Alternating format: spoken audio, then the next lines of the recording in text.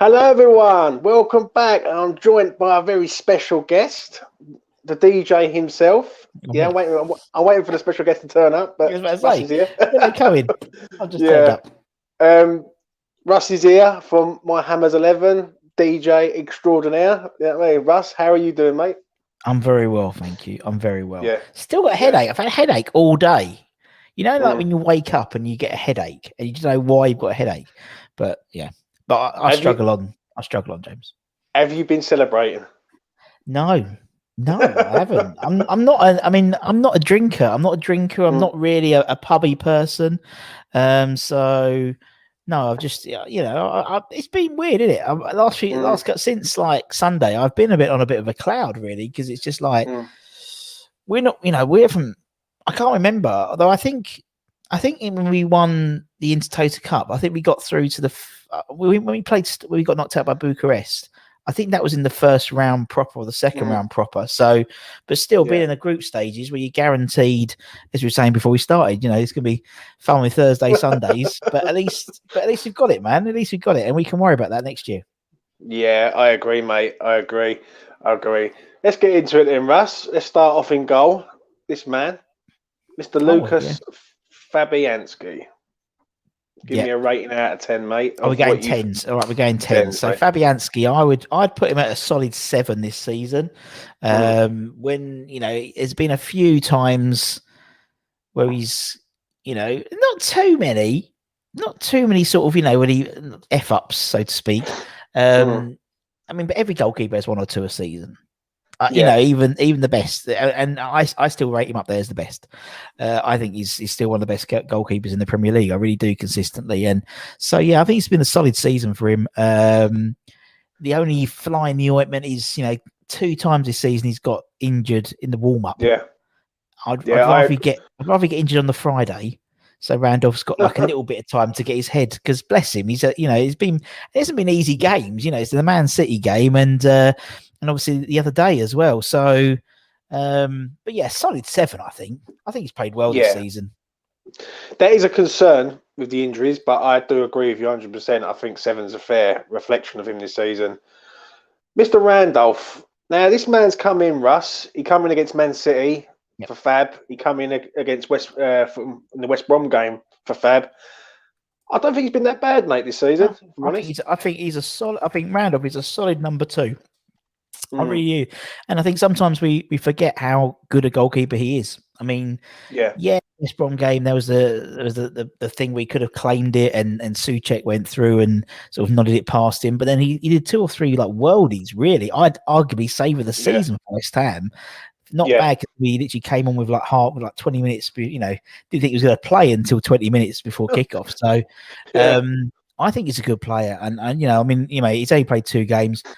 Again, probably about a 7. Because I don't think he hasn't done anything to really f up. I think for me this season the average score of everyone is going to be about 7, and then occasionally there'll be players who have got 8, but it's not going to be people who've had a 4 or 5 this season across the season. So. Do you think he's a good backup to have, but he's not a good starter to have? If that makes sense. Like as a backup goalkeeper, I think he's reliable, but as a starter, I just don't like. I just don't see it. I know what you mean. Yeah, I think he's a reliable number 2. But then being said, don't forget he though be it a few years ago, he basically won the number 1 shirt from Adrian, and to be honest, I thought those 2 are very similar in terms of ability. But I think Fabianski for me does edge it over Randolph anyway. So I think he's a great number 2 to have, and I wouldn't go into a season him being my number 1 and being confident. No disrespect to him, but I just think also I don't think he has played that many games for us to recently to get that sort of level of confidence in him. But fair play, and he's dating Alexandra Burke, so fair play to him. Cool, he's doing well for himself. He's done well. He's nabbed that one. Oh, Soufal. Now, see, Soufal is someone who I would he would probably one of my highest ratings. I mean, we're still keeping this 10, so I'm going to put him at an 8. I'm not going to do half points because I think that's wanky. So he's an 8. He's always an 8, and he's been consistently a 7 and 8 all season. Never a 9 or 10. but that's not the player he is. But he's never a 6. He's always a 7 and 8, and that's why he's my hammer of the year as well this year. What would it take, Russ, for him to get to a 9 or a 10 in your opinion? Goals. Just goals. Is that it? Yeah. Because I can't think of a situation this season where he's really been done by a winger. Yeah. And he is the modern day Tim Breaker for me. He's the guy who's always Mr. Reliable, always a 7 and 8 out of 10. Crossing, he gets up and down the byline. I think he's slightly hampered when we play a back 5 because I think he's a better right back than he's a wing back. But that's not a judgment on him as an ability. It's just that the position doesn't necessarily suit him as much. But yeah, I just think goals, and he's trying. You can see he's trying, and I think when he does score that goal, he's going to go absolutely sick, like Fornals did on Sunday, where he couldn't find the ball to put under his stomach. I can see a kiss. Was it Tamori Kitspire moment when he's kicking the stanchions? You know what I mean? Not be, because they're like really expensive. Those and I know the people who run those boards. They'll be going sicko afterwards, so you better not kick them. Kitspire could have done. They were wooden, but but anyway. Yeah. Ryan Fredericks, mate. He was a starter at the start of the season. He got injured. Kafal come in and tore it up. What's your rating on Fredericks, mate? He, for me, I think there's 2 Ryan Fredericks. There's Ryan Fredericks who plays pretty much right back and right wing back, and then there's the Ryan Fredericks who plays more as an attacking right sided, which obviously Moyes gave him I think it's a Villa game, and where he played more of an advanced role, and that's where he's more suited. I think he's more suited as a right wing back than necessarily right back, a bit like Masuaku is as well. So for me, I put him down as a 6. He hasn't really done anything for me to say, he's an average season, hasn't anything spectacular, but he's come in, and again, he's got something which most of the team hasn't got in terms of natural pace, and that's a real that's a real sort of quality which we don't have across the board. So I'd say 6. I think he's had quite an average season. Hasn't really played enough to warrant a higher than someone who's played consistently throughout the season. That's fair enough, mate. That's totally fair enough. Ben Johnson, mate, he's played on as a left back, a left wing back, and he's right-footed, this bloke. He played as a midfielder at one stage this season. What do you make of Ben Johnson, mate? Do you know what? It's similar to Mr. Fredericks, to be honest. I feel really sorry for him, because for me, he's a really good player, and you can see there's a good player there. He's been arguably thrown into situations which maybe a bit beyond his pay grade in terms of where he is in his development, and it's unfortunate that it's fortunate for us, but unfortunate for him that Soufal has become the player that he has, and Cresswell's sort of redeveloped himself into this sort of left-sided, even left back. I mean, I personally, I'd like to have seen him have a few more runs out at the left wing back position, because I think he's done a decent job, to be honest. Whenever he's played, sometimes he's been out of position, but again, as you said, he's a right-footed playing on the left, so that naturally he's always going to try and cut inside. So again, similar to Fredericks, a 6 out of 10, I'd say. He hasn't done nothing to really warrant anything higher or lower. He's had a really, I think, and the club, obviously, you can tell they're putting a lot of faith in him. He's very prominent in everything they do in terms of promotional videos. So they know that he's the future, because he's an academy boy. But I'd say a solid 6. Solid 6 for Mr. Johnson. Indeed. Mr. Cresswell. 7 out of 10 for Aaron Cresswell. No. I don't know, Russ. Come on. 8 out of 10. Sorry. 8 out of 10. 8 out of 10. I think Aaron is, well, we've spoken about lots of times on the shows. He is one of the players that Moyes has redeveloped. He's Moyesified into a player which 18 months ago, the daggers were out, weren't they? Really? Yeah. So I'd put him as an 8. As I said, I'm not doing half points. I've just seen Kent put 7.5. I'm not doing half points. Kent, it's full or nothing for me. So I think he deserves an 8. And arguably one of several who were in contention for Hammer of the Year this year. I agree. So fair play to the boy. Yeah, I agree, mate. Just quickly though, Russ, where do you think it has gone really right with Cresswell? because like you just said, and I agree with you 100%. 18 months ago, everyone wanted him at the door, said he was finished after his injury, wasn't really cutting it, and basically didn't have a future at the club. And now we notice when he's out the team, we're defensively we're all over the place. Yeah, I think for me, I think he is. I think it stems to having confidence when Moyes put me in the back three. So, obviously we played most of the early part of the season with a back three, and he was there. So he never really relied on pace, so to speak, because he had cover at the left wing. He had Masuaku covering him at left wing back.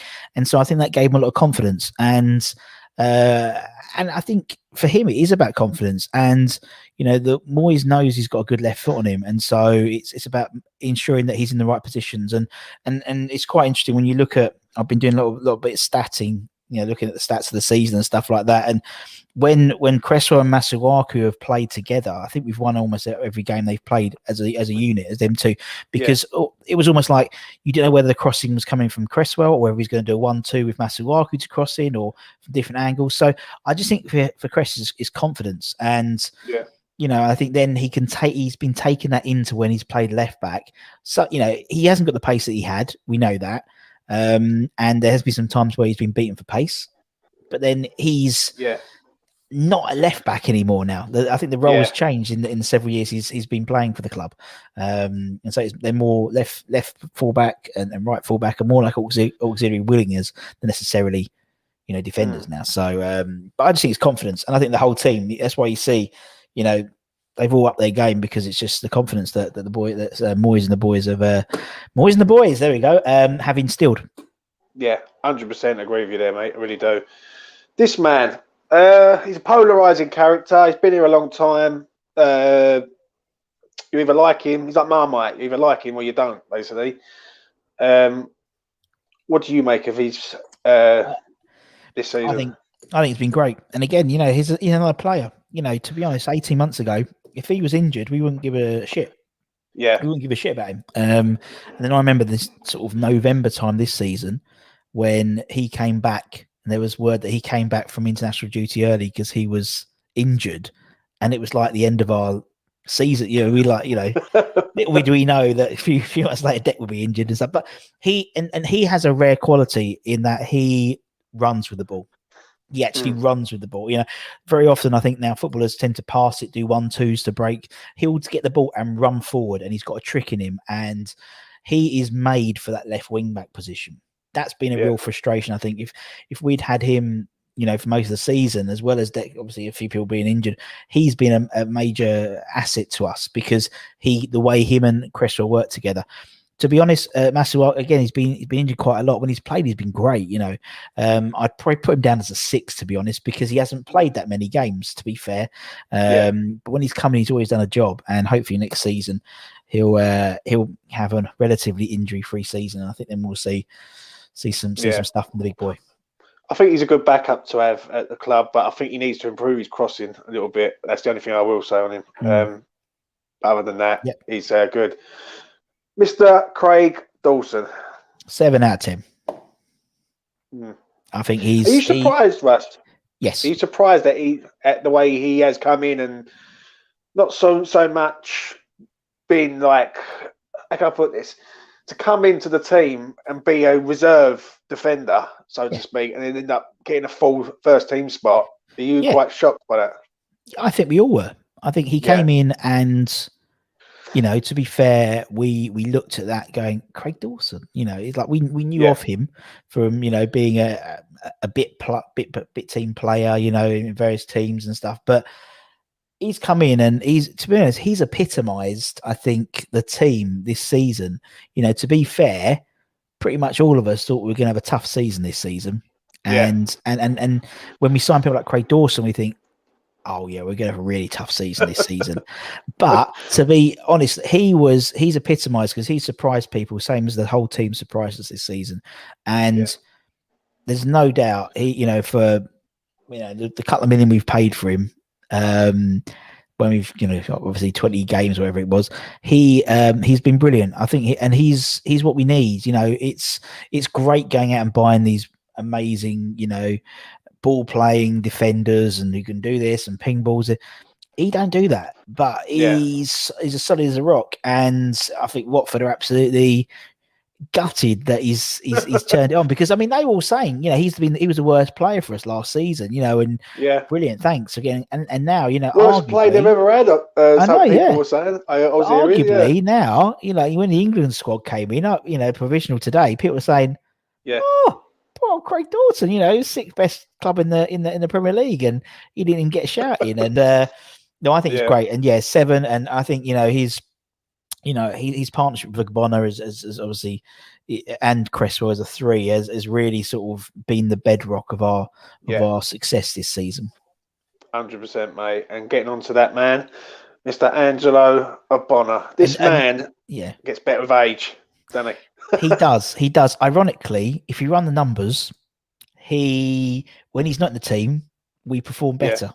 On a goals and a points per game basis. But he's one of those. I think he instills a lot of confidence in the fan base as well when he's playing, than when he's not playing. I mean, Oggy. I mean, if I put Dawson for a 7, I'd probably put Oggy as an 8. It takes a lot to get for the old Budden ratings to get above 8, to be honest, across the season. But for Oggy, again, injury wise, he wasn't injured, he'd be in the same bracket for Hammer of the Year than the boys as well. So he's had a good season, and it's ironic how he's finding his form just towards the twilight of his career, to be perfectly honest. He won't have many more seasons playing that level, and I haven't seen when's is the Italian squad out yet? I don't know. When's that? He should be on the outskirts of that, really, to be honest, because until he was called up, wasn't he, before he got injured? So I'd say an 8 for him. 8 for Bonner. I think he's been top drawer, mate. I must admit. Another man who's a polarizing character, Mr. Issa Diop. I don't know what to make of this lad, Russ. He's been here a few years now. Some people say he's not good enough anymore. That he should go.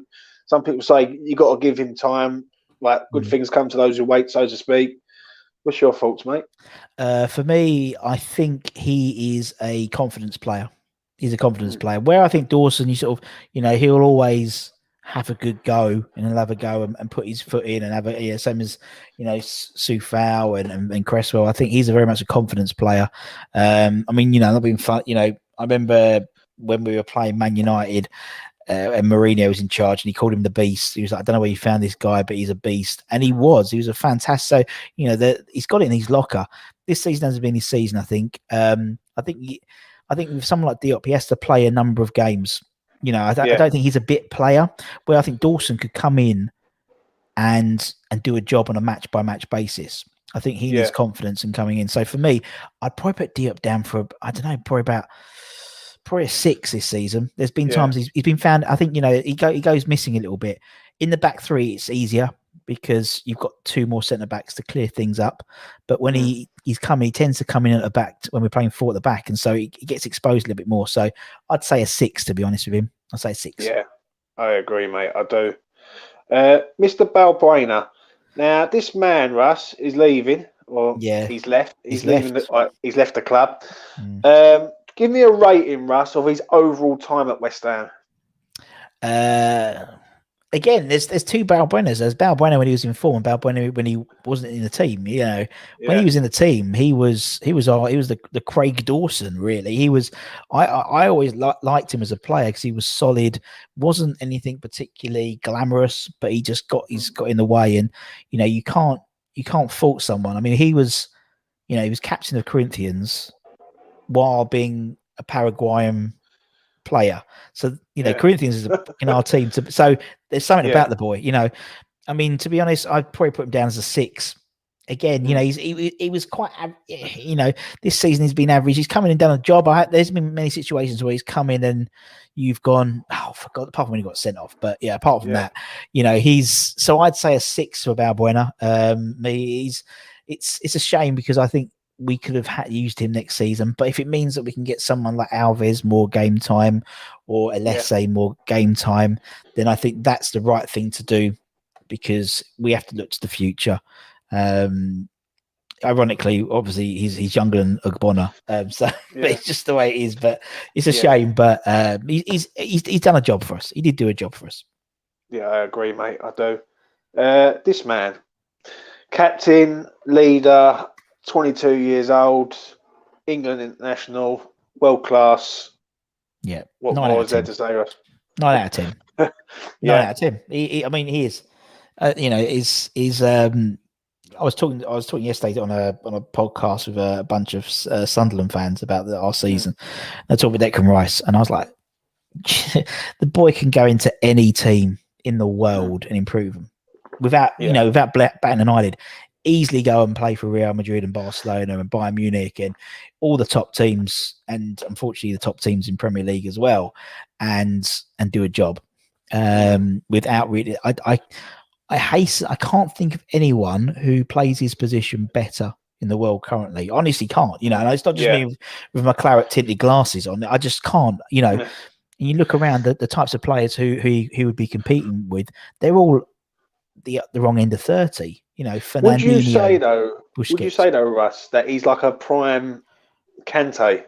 Yeah, Kante at Leicester, so to speak. Like Kante at Leicester, definitely. Yeah.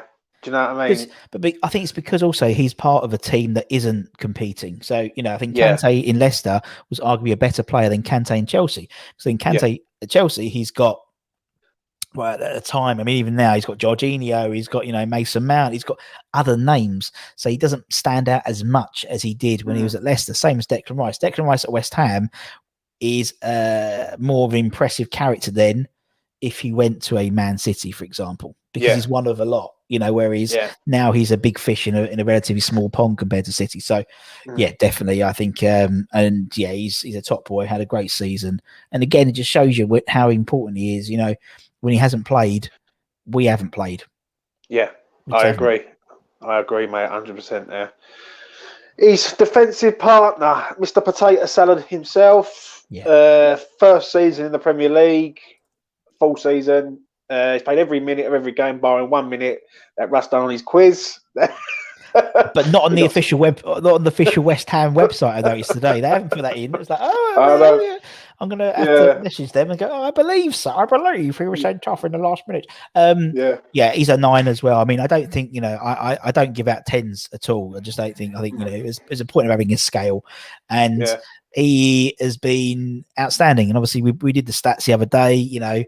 His aerial battles, 208, 70 odd. Next one's Antonio, he's 70. Top goal scorer. I think it's top tackler and all that stuff. He's had an amazing season, and for me, he is. But for me, they come as a pair. Him and Rice come as a pair. Well, no, I don't. No, I disagree with that. He comes. He's the player he is when Declan's playing. I think Declan's the player he is regardless of who he's playing it with. That makes sense. So Souček needs Declan, in my opinion, to be Souček. Are you shocked though how well he has took to the Premier League though so fast? Yes and no. The fact is both the Czech boys, they've come from teams that are competing for Europe. And so they're used to winning, and that mentality will always be there. If you're top, regardless of what league you're in, you're top of the league or you're in the top 2 or 3 of the league, you're going to be going for those top 2, 3. That's your mentality. And you see that after the games when Sue fouls, he's head in his hands if we haven't won a game. I think, the physicality of the Premier League suits Souček well. We know people have called him, Fellaini. But Fellaini did a great job for Everton. And he did a good job at Man United, to be honest, when he came on.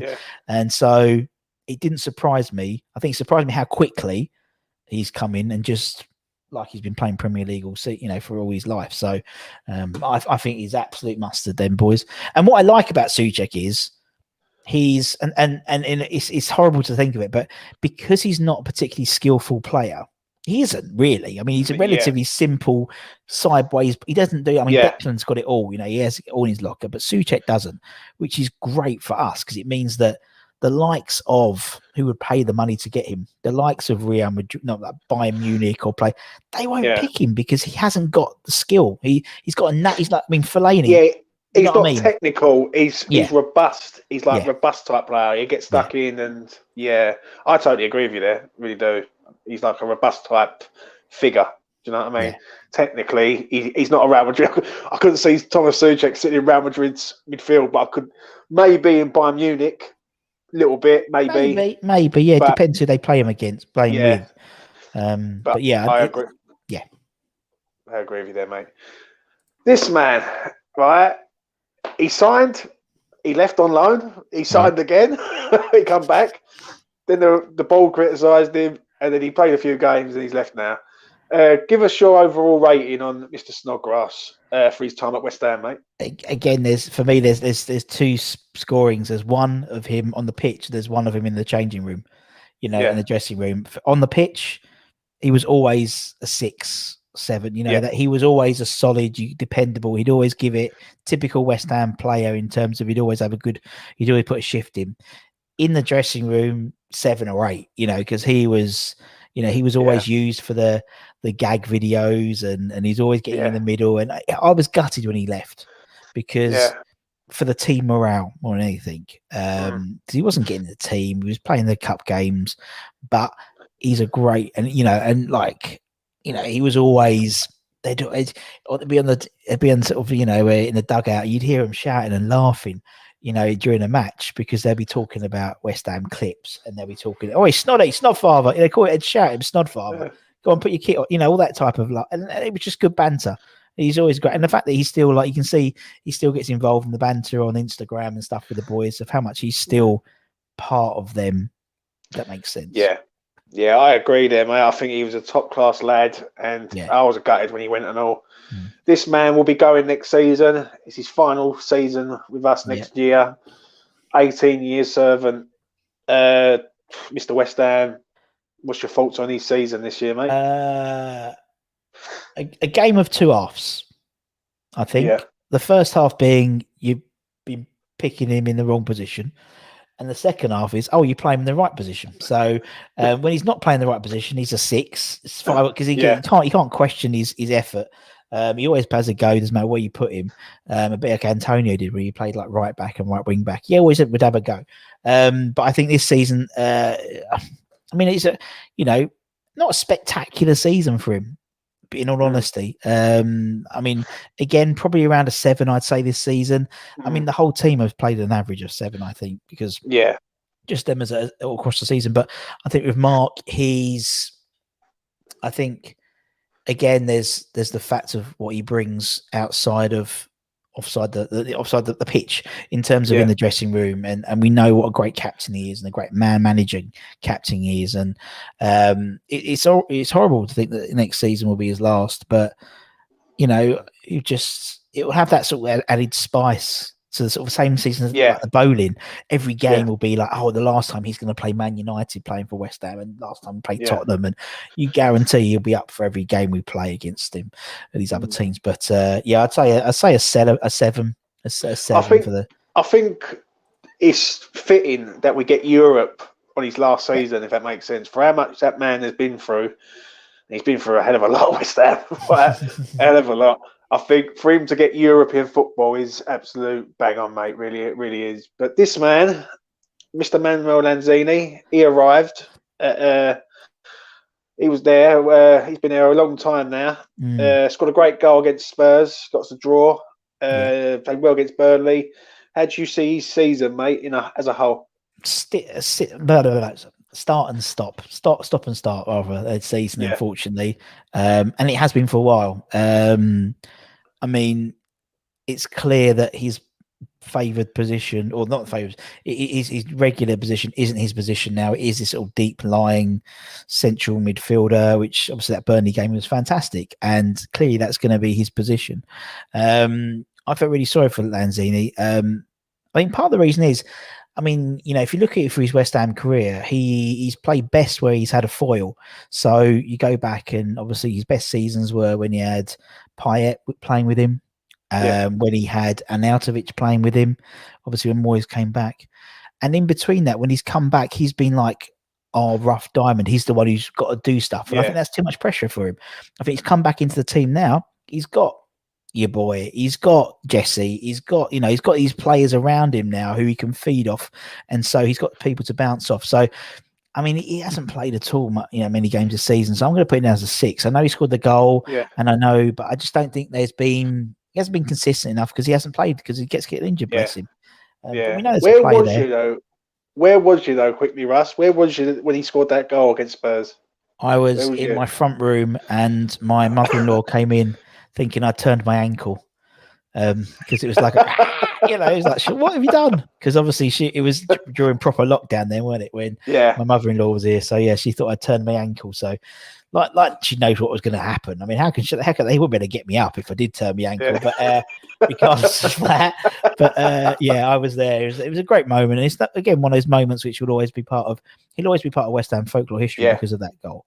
Same as Winston Reid, same as Adrian. It's just another one which we've added to. Yeah, 100%, mate. This man, Mr. Pablo Fornals, another one who's sort of like, some people say he should do more in the final third. Some people say he does enough. What do you think, mate? I think he is good. I like Pablo Fornals. I know we had a mass debate about this the other day, and but I generally do, and I think of course, goals would be great to add to his game, but in the same way that Soufal is someone who everyone rates, but he hasn't scored this season, and it's goals. It depends where you play him as well. He does miss a lot, but I think we've all missed a lot. I think they've all missed a few sitters this season, and so. I mean, there's no denying. I mean, it's similar to a lot of other players where you don't necessarily know what you've got until it's not there. When he's not playing, we do miss a bit of bounce in our midfield. I mean, I think he's been great this season. I think he's also off the pitch as well. He seems a really nice bloke. So I would put him down as 8 this season because I think he's really. I've been really impressed with his work ethic. He keeps going. Yes, he misses, but he keeps going. And actually, there's something very inherently West Ham about that. He doesn't his head doesn't go down the Southampton game, but he missed a sitter, and then he was like, you could see he was so frustrated. And the next time that ball came to him, he was going to score. He was going to kick that ball as hard as possible, and he could have easily taken a deflection and gone off, but he was determined. And there's something inherently West Ham about him I like. Yeah, what do you think though, Russ? In your opinion, is his best position for West Ham? Because some people say he's not a winger. Some people say we've got better number 10s. Some people say he done a good job in midfield, which I agree with. I think when he was in midfield with Suchet, I thought he was all right. What do you think, mate? For me, I think his best position is actually midfield. I think just for an energy perspective, he's never going to beat anyone for blistering pace. But he's and he's changed. I mean, we bought him as a 10. I mean, Pellegrini bought him as a 10. When he was playing for Villarreal, he was a very skillful player. And I think Moyes-ified him into a different type of player, more of a box-to-box midfielder, really. And he just gets involved. I mean, there's been several goals recently where it's been from a Fornals winning tackle. And then it's got, so that's not him when we signed him for 25 million, a while ago. But for me, he's more of a box-to-box midfielder, definitely. That's his best position, I think, now. 100%, mate. I agree with you there. Jared Bowen, mate. He started off like a train. He declined a little bit halfway through the season, and then he picked up towards the end. How do you assess him, mate? Exactly the same. Yeah, he was. There's and what I like about Bowen's a similar type. I mean, the whole team's very similar in that respect. Is they've all had dips in form this season, but it hasn't gone on for a prolonged amount of time. He maybe 4 or 5 games, maybe he's been out of form, but then he'll come back and have a barnstorm. And fair play as well. Moyes has made him play a second striker. He's made him sort of play a bit of like a 10 role as well. I mean, it frustrates. I mean, it's one thing about modern football. I hate the fact when we have wingers on the wrong foot. That really winds me up because I just think he's got a wonder of a left foot. And so it's coming in that way rather than having to come in that way. Surely that's better. But anyway, that's why you and me are doing this. And we're not at Rush Green, so that's why. So I mean, for me, Bowen again, he's epitomised West Ham season. He's had a fantastic start, bit of a lull. He's come back, and I think there's still a great player there. And he's a confidence player. He really is. I mean, sometimes I wish he put his head up a bit more. I agree, but I think again, he's still relatively young, relatively inexperienced in Premier League standings. I know he's played a lot of games. I mean, for Hull, he played up front and scored a shitload. So. And I think with more games next season, I think we might be seeing that position more for him. So for me, I'd put Bowen down as a solid 7. Solid 7 this season across the season as a whole. I agree with you there, 100%, and what you said about Bowen. This man coming in January, absolute tore it up, Russ, didn't he? Let's be honest. First 10 games, he was like a Ballon d'Or winner by the sounds of it. And then the last 5, he's got a bit quiet. How would you say it as a whole, mate? But yeah, he has got quiet. But I think also the part of the reason is he hasn't played a lot of games. You know what I mean? All season, he hasn't at all. He hasn't played very much in the last couple of seasons, and I think that basically that prolonged run of games caught up with him a little bit. I think to be honest, when it first came around, I wasn't up for it. I'll be honest. Very similar to that Craig Dawson. I was thinking, he's gonna. I think a lot of people were a bit worried, thinking, he's gonna disrupt the team and But he's grown up a lot since that, last season at the Bowen where he was videoing himself in the thing when there was all the stones are being crashed. I think it's great, and for me, I mean, the way I see Jesse Lingard is, I see he's 28, 29, but he's got a lot of miles still on the clock, and so this season's been sensational. And from fair play to him, from coming in as a reserve player to being in the provisional squad for the Euros today. So. That's a turnaround and a half. I mean, I'd put him down as an 8 just because I think he's been really good. And I mean, you get certain players. It's when like Payet would play for us and people like that, and they just look good. And people. And what I noticed that particularly is the way he passes. People pass the ball and it gets to people's foot, but when he passes it, it gets that he passes it with conviction. And so it's snappy. It's not laboured. It's just little things like that. I've seen him. I think what I've seen with him, it's always a forward pass. Yeah. It's the old Manchester United routine. They don't go back. They go forward. It's always, they don't pass side to side. It's always a forward thinking pass all the time with Lingard. And it just shows the way we go forward now. I agree. And also I think being at the stadium, I've seen him a lot of stuff off the ball, which obviously you guys won't see because he's not tracking up. And there's been times where he's literally busting a gut to get back to filling it right back when Soufal's gone up. Yeah, and stuff like that. He puts a shift in. He does put a shift in, and he seems, he's obviously integrated himself well with the boys.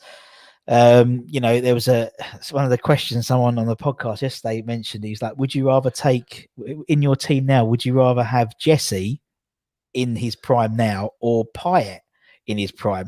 And I said Jesse for the in terms of the team. Rather than as an individual, because I think he's better as a team player, and that's what it's all about with this team now. They're a team rather than individuals. So Jesse's an 8 for me this season. I'm going to ask you this, Russ. Yes or no? Did we sign him? Yes. Yeah. If the money's right.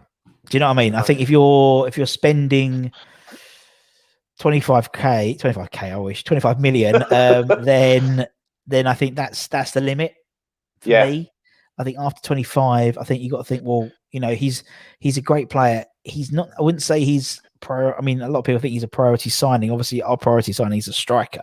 So let's get that one and then see what's left, and then get get him. But he loves his time here. You can see that he's happy. He feels loved. He's similar to how I see Declan Rice looking at himself in West Ham. Going forward for the next few years, he's a big fish in a small pond, and so he is on all the tweets, on all the Facebook posts, on all the Instagram posts of the club, and so for Jay Ling's the brand, he stands out more in a smaller club. Yeah, I agree with you 100%, Emma. I really do. This man, Saeed Ben Rama. What a load of rubbish! No, just to watch you. Let's be honest, this is his first season. He's new to the league. He's got 6 assists and 1 goal. He scored a vital goal at Brighton that got us the point that technically sort of got us over the line. What's your assessment on him, mate, this season? I feel sorry for him this season. I think he's had to adjust. At Brentford, he was the main man. At Brentford, he was all about. It's very similar to how we positioned Dimitri Payet. That's the way I saw it when we signed him. Payet could do whatever he wants. We had the players around to back it up. And to, he didn't have to do any tracking back. He didn't have to tackle. And when it was at Brentford, he didn't have to do any of that. They had enough players. They had the guys behind him. He's coming to a situation which is arguably a different ethos. So he can't necessarily. And when Moyes comes out and said, "Oh, he does give the ball," he does give the ball away a lot because he's trying things, and he does. So that's okay if you've got people to win it back. And to be honest, he's had to adjust his game. I think next season, with a full pre-season under his belt.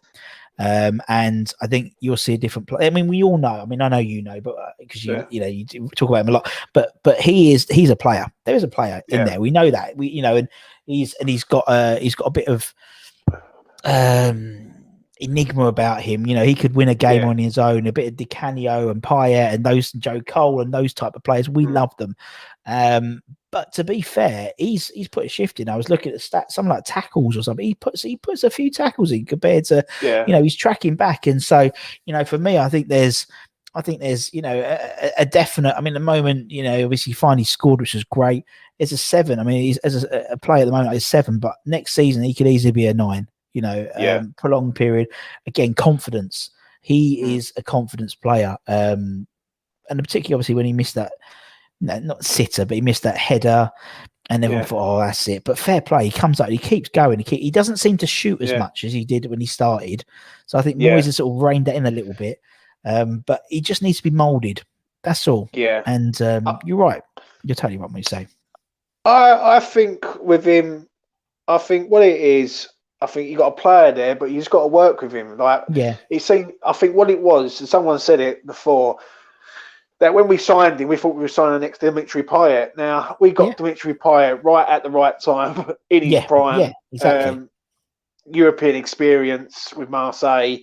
We've signed a bloke from Brentford who, to me, he's a talent, but you got to work with him. You got to, as you just said, you got to bed him into being a player that you want him to be. I do believe next year, I think he's going to be phenomenal. If we do buy a striker in the summer, I think he assists him 10, 15, I think it's 10 to 15 assists a season, easily. I agree. You know what I mean? I agree. We did have a striker. He did leave in January. Sorry, Russ, but what's your thoughts on Sebastian Haller's time at West Ham? I thought the fact is he's gone to Ajax and he's carried on the form that he had when he was at Frankfurt, and so to me that's not a shit player. He's not a shit player. He is a good player. It's just there's certain players I think who can be moulded. So I think there's mouldable potential for Ben Rama. We know Antonio's been moulded. Arnautovic was moulded. I don't think this guy can be moulded, and I think he has to play the right system for him. And obviously the guy he bought him, he was his manager at Frankfurt. So no, not Frankfurt, the one before. Where is Uret? I can't pronounce it. So he knows him. And again, he's a confidence player. I mean, there's no denying he's a player. I mean, we've seen some of the goals he played. He had a great touch. He's still up there with aerial battles and something else this season, despite the fact he left in January. So shows how well he was playing, in terms of there. Ironically, we could have probably done with him. He would have. There's been certain games this season where we've missed a target man. I think now, actually, he could have been a lot better for us now because there's a lot more crosses going in, and sometimes we tend to keep the crosses high, and actually for us it didn't really work out because we've got quite smaller players, so it's been ironic. But I mean, Haller 6, he's only played half the season, so I put him down as a 6. Here's another man who it's just I don't know where to start, mate. I think he's run his race at West Ham now, and it's time to let him go. Possibly. I think we're going to need as many bodies as we need for the next season. And for me, if we can, you right there? It's all right. Flo's just turned up and turned the lights on. Don't worry. For me, there's a situation where if we're going to take, I mean, we paid £80 million for him. We paid a lot of money for him. If we're going to have a situation where we sell him for, say, £7 million, who are we going to replace? We'd have to buy someone who's going to cost 10, 12 million pounds as a direct replacement. Let's keep him, play him in the Europa League team. He might score some goals. It's a slower pace of game. So it might mean we can sell him for double in January. So I'd actually try and keep as many as we can. It's a shame with him because there's no denying. In fact, he's the second highest international striker and in the Ukraine after Shevchenko. So we know he can find them up, but it's just again, it's similar to Haller. He doesn't suit our system now. Our system needs forward players who are going to track back, who are going to put a shift in. It's not necessarily about them mopping up and passing it to Yarma to do stuff. So 6 for Yarma this season, I think. Cool, Russ, you must be being kind, mate. Amount of people have done this, so they've given him very low ratings. Well, I think as a team, me, if they put the shirt on, they're already at a 5 already, because because they would, irrespective of how many games he's played, if he only plays one game, you and me would swap our life to play that one game. So for me, if they're always on a pedestal already for me, and so I'm not like one who's going to say you slack. I always see the good in people rather than it's just me. It's no disrespect to anyone else. I mean, some people have different opinions, but for me, it's always about I try and get to a level, and then and then they can either improve or not. Well, the only striker that we have got at the club who isn't the striker is this man, Mr. Antonio. He's missed a lot of chances this year, Russ. He's hit a lot of posts all around the country. A hell of a lot of posts. But how do you assess his season, mate? But you know what? It's not the most in the Premier League now. Oh, 20. It's not. No, because I was doing the stats. Stats. So obviously we had hit the post 23 times this season. Tottenham 24 times. Blimey. And it's not the most. The most so far, I've figured it out, is where is it? So I've done the chart. Where's my chart? I can might even do some live stats for you. But I mean, Antonio's a fantastic player. I just think he's fantastic in terms of his work ethic. We don't ask a lot for West Ham players. We really don't. You have to put a shift in. Wherever he's been asked to play, he's put a shift in. Now, it's not his fault his hamstrings are gone. But he's going to have a go. And if he's blowing through his arse after 15 minutes, he's blowing through his arse after 15 minutes. I mean, he's bar Arnautovic, he's the most suited player to the Moyes system up front. For me, Marko Arnautovic was the perfect striker for the David Moyes system, just because of what he offered, because he had that skill. They asked me yesterday, what do I think of Antonio? And I said, he's the worst footballer in the world. Because he's brilliant, but he's not at the same time. No disrespect to him. He doesn't know what he's going to do next. So how does a defender realistically know what he's going to do? And I love the fact that he can outmuscle any defender. For me, I'd play him more on the right side, because I think traditionally left fullbacks are going to be smaller than the centre backs, so you could really, physically intimidate them more than necessarily. I think Yeremina got his number against Everton. I think Mings has had his number a few times. The bigger centre backs. And interestingly, in this new forward position, someone like Van Dijk, he hasn't come up against yet. That would be interesting. It's just a shame that we get him and we get 3 or 4 really good games, and he's out for 3 or 4 games. If he'd been consistent this season and he hadn't been injured so much, he'd be in that provisional squad today. Yeah. So what would you rate him, Russ? So I'd rate him as an 8, because I think when he's played really, really well, and he's spearheaded our attack. He's top goal scorer joint with old Souček, and I just think he's surprised me the last 2 seasons, considering, to be honest, obviously the fact is he's 1 goal away from being our joint all-time Premier League goal scorer of all time, which is crazy to think that 2 years ago he only scored 28 goals. He scored 2 lots of 10 in a row. That's really unusual for us to have a striker do that 2 seasons in a row. And so fair play to him. He's had to find the hard way to do it, but no, I think it's great. Absolutely great. Well, by the way, the best. So we had 23 times we hit the post this season. The most I've been able to find so far is Liverpool, the 2011-12 season, 33 times. And then the next one were 27 times. Liverpool, the season they lost to City in the So there you go. So there you go. Here's your stats there. I've got 3 more questions to ask you, Russ, and then we are done, mate. We've done the player ratings, but I want to know this one, mate. the best performance of the season. Now, this could be a player's performance or the team's performance. What is yours? It would be probably Leicester away. Leicester away. We didn't give them a shot on target. The only shot we did give them on target was disallowed by Vardy. Leicester were free scoring then, I'd say. We were relatively, obviously, we just played Wolves. I mean, the Wolves game was amazing, but I thought the Leicester game, because it was away, because it was a complete shutout, because we had a new right back, literally, or right wing back at the time, turn up the day before. It was just, it epitomised our season. That it was really dogged, but there was an element of skill there.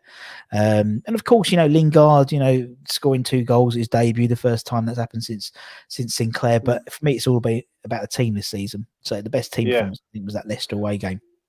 Leicester away game. Yeah. This question, mate.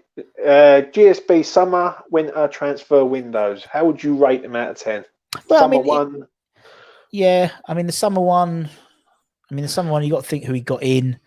We signed Ben Rama on loan, Dawson on loan, signed Souček on a permanent, signed Kafal.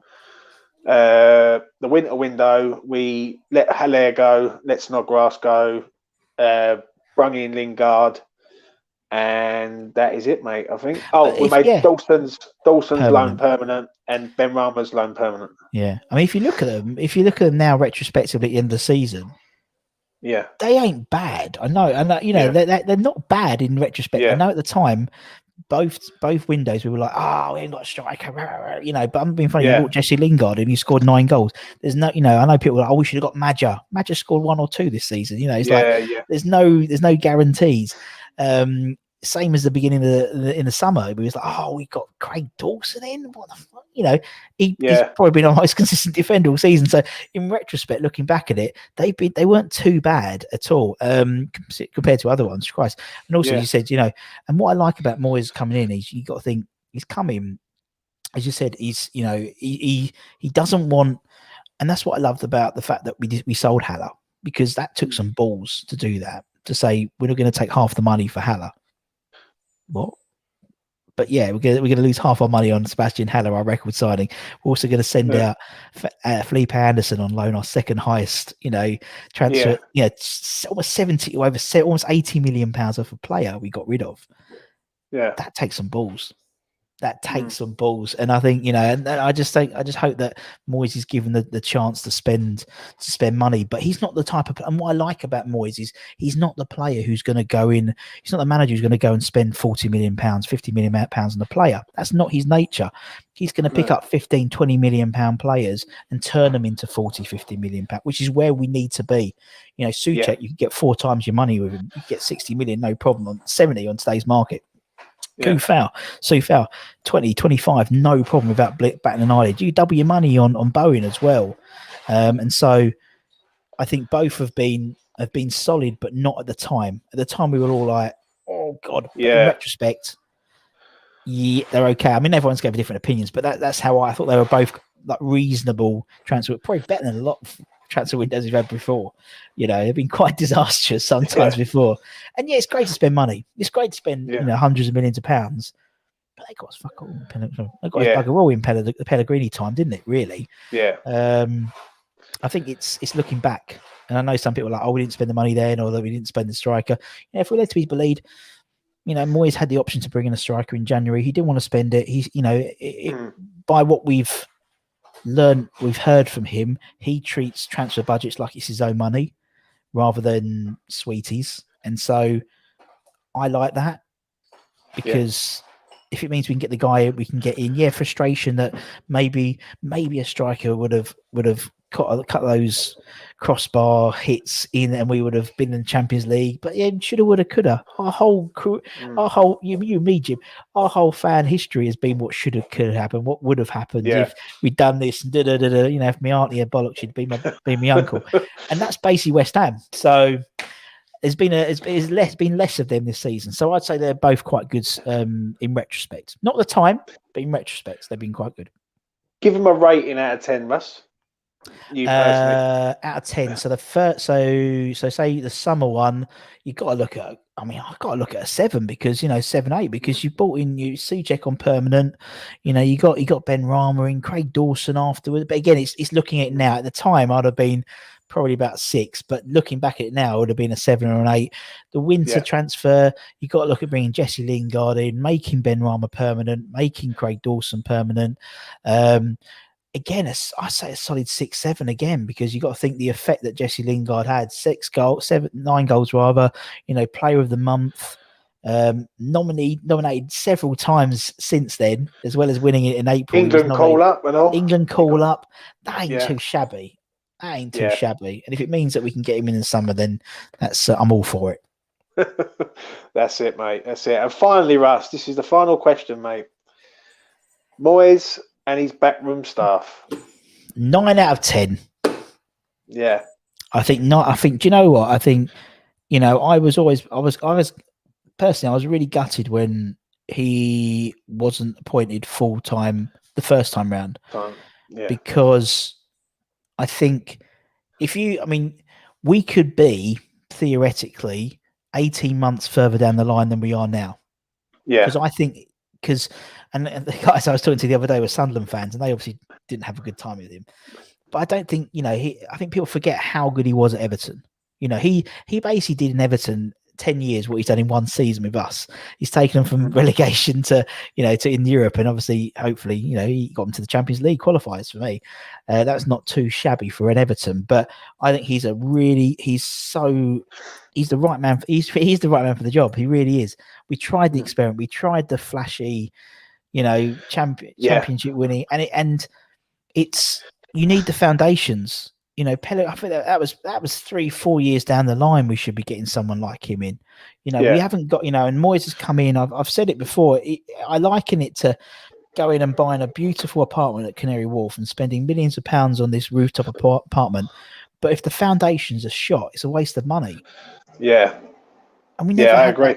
We never that, it's great. You can throw money at you. Yeah. And he could throw money when he was at Man City, but he had the academy. He had, led to be believed. He walked out and he took all the scout reports with him in folders and binders. It's like, that's no way to do that. Where Moyes has had to come in and build it and put infrastructure in place, and he had to appoint a scouting and network and go and get Suchek and that's and I think obviously being still at the stadium, and obviously until recently the fans ain't been there. I like sitting outside and listening to the game. And all I do is listen. And all you can hear is Moyes and Kevin Nolan, and you got Piercy, you got Alan Irvine in the stands doing the whole, and you got Terry, and you got older Mike doing his thing, and you got old Dave Bellows, and the grey hair bloke, and they just there's a real buzz around the place, and he's brought that in.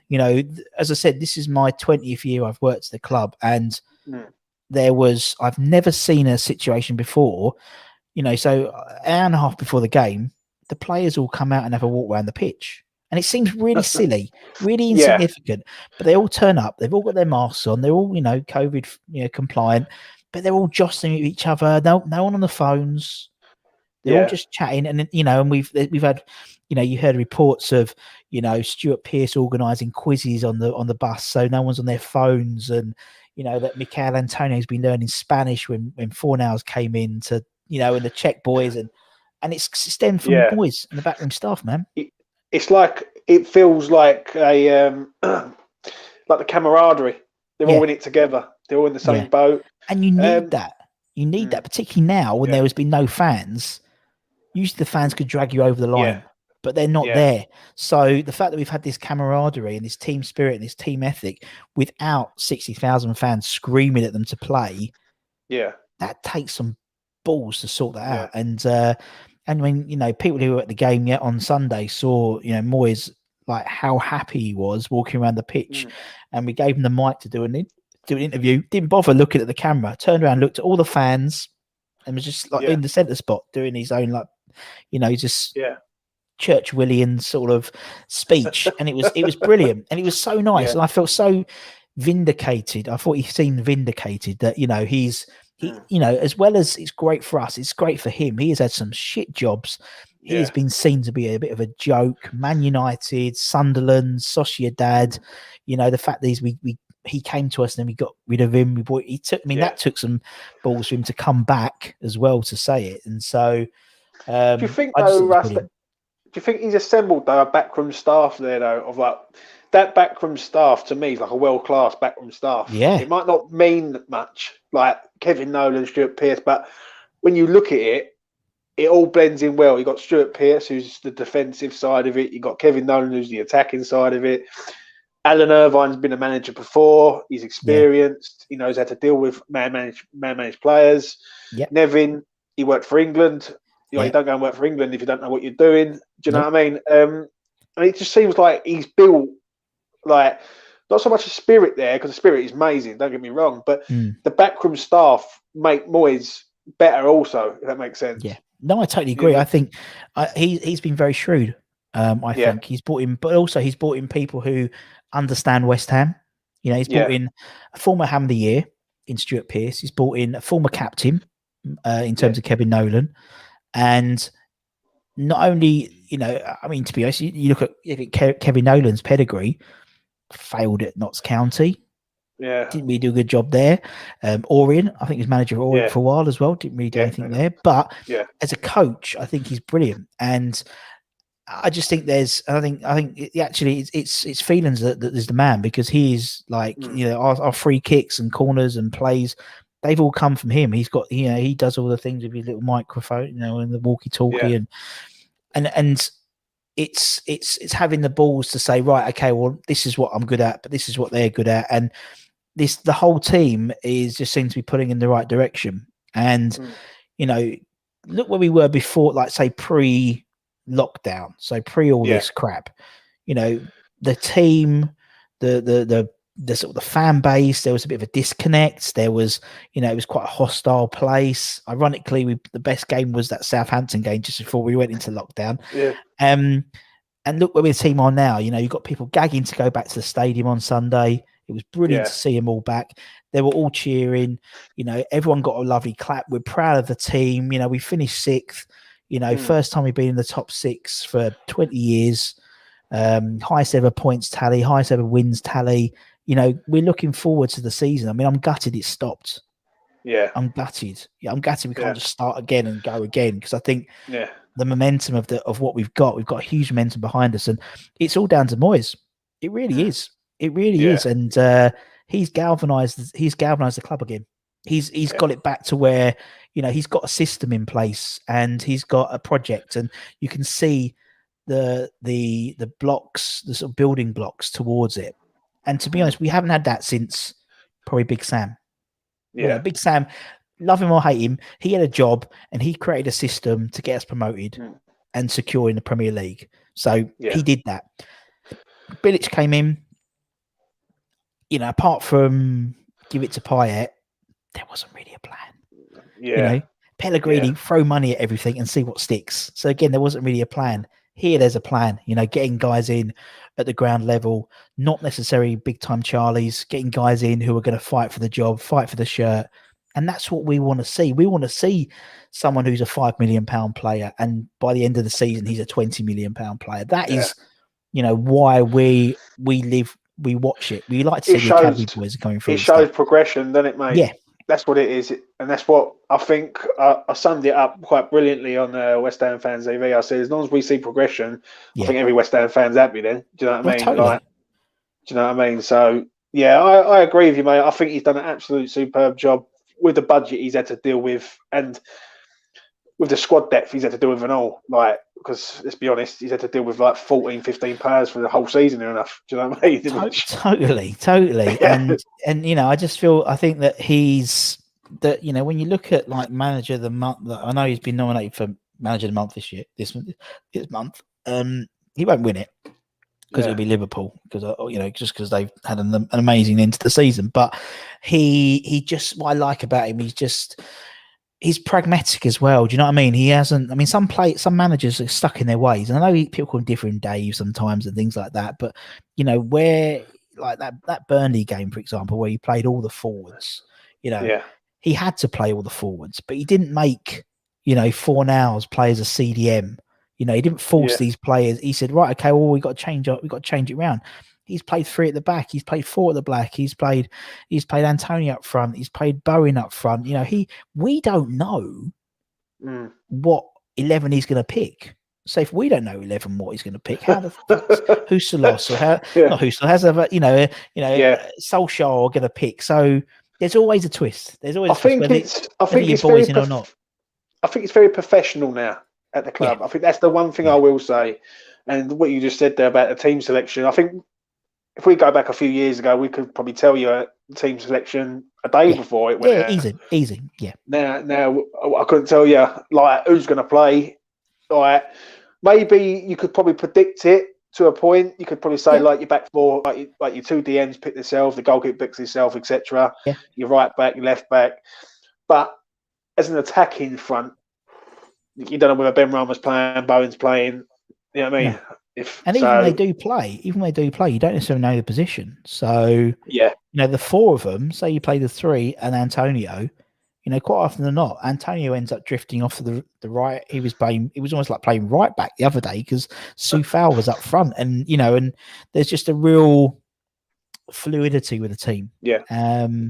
Which makes them really hard to pick up and mark as well. Because if you're right back and actually you're meant to be marking Lingard and now Bowen's there, it messes with your mind. So no, I think there's a real pragmatism with him, and it's nice to see. And it's nice to see we're all like quite, you know, because you know, to be fair, we should have been Champions League, to be honest, this season. If we're being super critical of the season, but.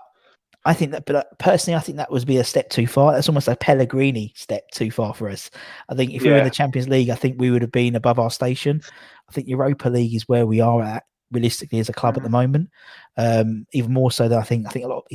Top 10. I think most people would beat your hand for a top 10 finish this season.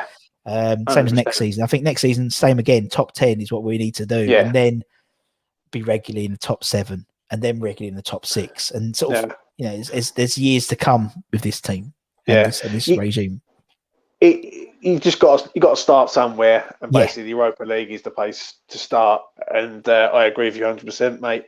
But Russ, that is it, mate. That is your player ratings for 2020-2021 season. Any final thoughts, Russ, on this season before we wrap it up, mate? Been a hell of a year, hell of a season. And it's been a privilege being at the ground, been a privilege watching them. I know I'm very fortunate in the position to be able to watch them. And I just, as I said, I can't wait for the next season to start now. I don't even really want the Euros, to be honest, start, you know, because I don't really care about the Euros, but I just want to start again and see us, you know, and I can't wait. You know, the team had those 10,000 fans on Sunday. When there's 60,000, it's going to be really special. And that will probably be the Betway Cup, probably, ironically. So hopefully first silverware of the season. So I'm predicting a good season next season. I think we're going to have another good season next season. I hope. Yeah. Well, we will find out soon. Russ, I want to thank you for coming on, mate. Pleasure, man. I really do appreciate it. Giving me your time to come on and give me your player ratings. Anyone who's not subscribed to Russ's channel, go and subscribe. My Hammer's 11, doing good stuff over there. You probably already are. He's got thousands of subscribers. Do you know what I mean? So yeah, it's all good. It's all good. I will be back again soon. I've got 4 to do tonight. And I'm getting them all done by this week, and I can have a break for the summer. But I want to thank everyone for watching. I want to thank Russ for coming on, and I want everyone to take care, be safe, and all the best. Take care all.